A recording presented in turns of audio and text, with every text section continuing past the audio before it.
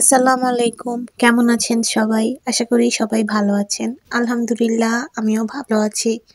আজকে আমার বাসায় কিছু গেস্ট আসবে, যার কারণে রান্না-বান্নার প্রিপারেশন নিচ্ছি। এখানে আমি চিলি চিকেন বানাচ্ছি, তাই চিকেনগুলো ম্যারিনেট করে আগে ভেজে নিলাম। আর এখানে আমি আগের দিন রাতে গরুর মাংস ম্যারিনেট করে রেখেছিলাম, সেটাকে এখন রান্না করব।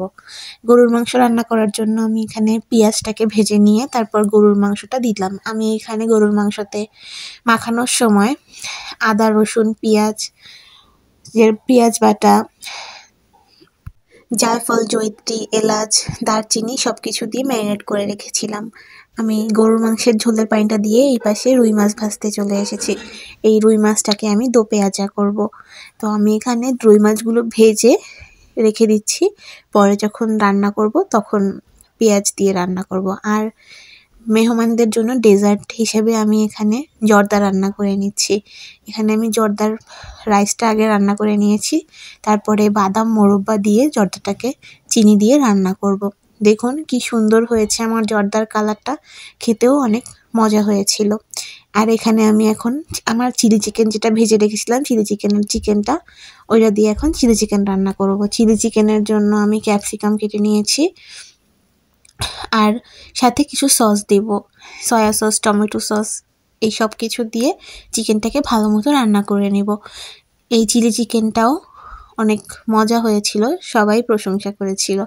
আর আমি এখানে রসুন আর পেঁয়াজের গুঁড়াটা ব্যবহার করেছি আর কিছু তিল দিয়েছি, তাহলে দেখতে সুন্দর লাগবে। আর আমি এখানে রসুন আর পেঁয়াজটি বাটা ব্যবহার করি নাই, তাই গুঁড়া মশলা দিয়েছি। দেখুন এখানে আমি সব কিছু দিয়ে নিলাম, দিয়ে ভালো মতো এটাকে মিক্সড করে নিব। আমার চিকেনের কালারটা কত সুন্দর হয়েছে দেখেছেন? আপনারাও বাসায় ট্রাই করতে পারেন। আর আমি এছাড়াও এগুলোর সাথে খাওয়ার জন্য ফ্রাইড রাইস রান্না করব। এখানে আমি ফ্রাইড রাইসের রাইসটা আগের দিন রাতেই রান্না করে রেখেছিলাম। ফ্রাইড রাইসে আমি ফুলকপি, বাঁধাকপি, গাজর এই সব কিছু ব্যবহার করব। আর এই পাশে আমি একটু ভর্তা বানিয়ে নিচ্ছি।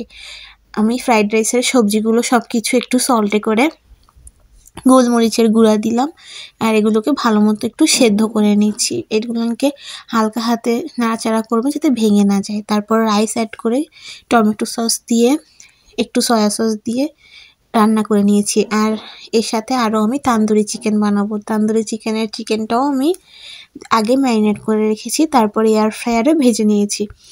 আর এই চিকেনটা এয়ার ফ্রায়ারে ভাজলেই সবচেয়ে সুন্দর হয়। আর আমি আগেই টেবিলটা সেট করে রেখেছিলাম। যদি আপনাদের কাছে আমার টেবিল সেটিংটা ভালো লাগে অবশ্যই কমেন্ট করে জানাবেন, আমি আপনাদের সাথে টেবিল সেটিং নিয়েও একটা ভিডিও শেয়ার করব তাহলে। আর খাবারগুলোও সার্ভ করে দিলাম। নতুন বছরে আমার বাসায় মেহমান এসেছিল, তাই আর কি এইটুকু আয়োজন করা মেহমানদের জন্য। আমার রান্নাটি এবং আমার ভিডিওটি কেমন লেগেছে অবশ্যই আমাকে জানাবেন, এবং নতুন বছরে পরিবার পরিজন নিয়ে সবাই ভালো থাকবেন। আজকের ভিডিওটা এই পর্যন্তই, আশা করি ভালো লেগেছে। ভালো লাগলে আমার ভিডিওতে লাইক, কমেন্ট, শেয়ার এবং সাবস্ক্রাইব করে পাশে থাকবেন।